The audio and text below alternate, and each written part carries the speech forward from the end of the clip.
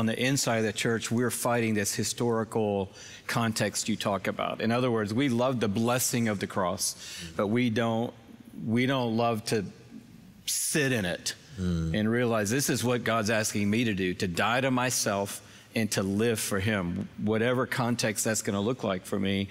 But I want to flip that upside down, because I think the other side of it is true with our nation's history. We understand the curse that was slavery, white people do, and we say that was bad, but we miss the blessing of slavery, that it actually built up the framework for the world that white people live in and lived in.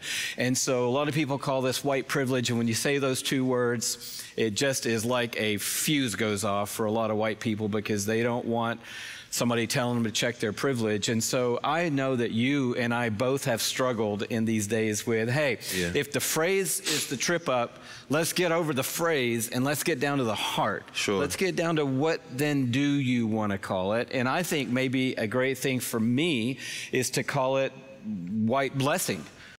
And I'd like to share, I know we're starting to get into some of our closing moments here, but a story that was shared with me by a dear friend who shared with me about a revival that was taking place at a church in Texas.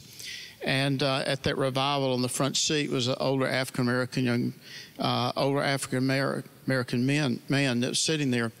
And this young man got up that was there in that service, and he'd been so gripped with conviction about the racism that was in that local community in a small town in Texas, that he took a shoe brush and he walked over to this elderly gentleman, and he knelt on his knees and began to shine his shoes. And tears began to flow in that service.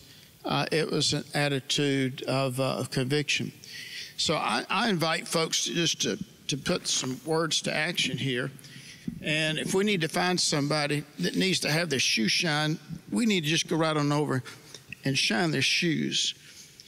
And whether they got tennis shoes on or not, maybe they got sandals on, it really doesn't matter.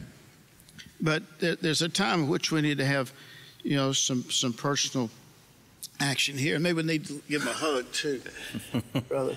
And some stock in Chick-fil-A. But I bought about 1,500 of these, and I gave to all our Chick-fil-A operators and staff a number of years ago. And so any expressions of a contrite heart, of a sense of humility, a sense of shame, a sense of embarrassment, beget with an apologetic heart, I think that's what our world needs to hear today. What's up, y'all? All right, so let's talk about it. By now, everybody's seen the video with myself and Louis Giglio, and you wondering what the heck is going on. Well, first of all, let me just say this. Thank y'all. Sincerely thank y'all for y'all just acknowledging the pain and the frustration that y'all had with everything that you've seen. I know this is it's rough, you know what I'm saying? We're talking about 345 years, 400 years of chattel slavery, and then 89 years of Jim Crow. And we're battling still in 2020. And so I appreciate y'all acknowledging the pain and the frustration that you had with what was said. It's helped me process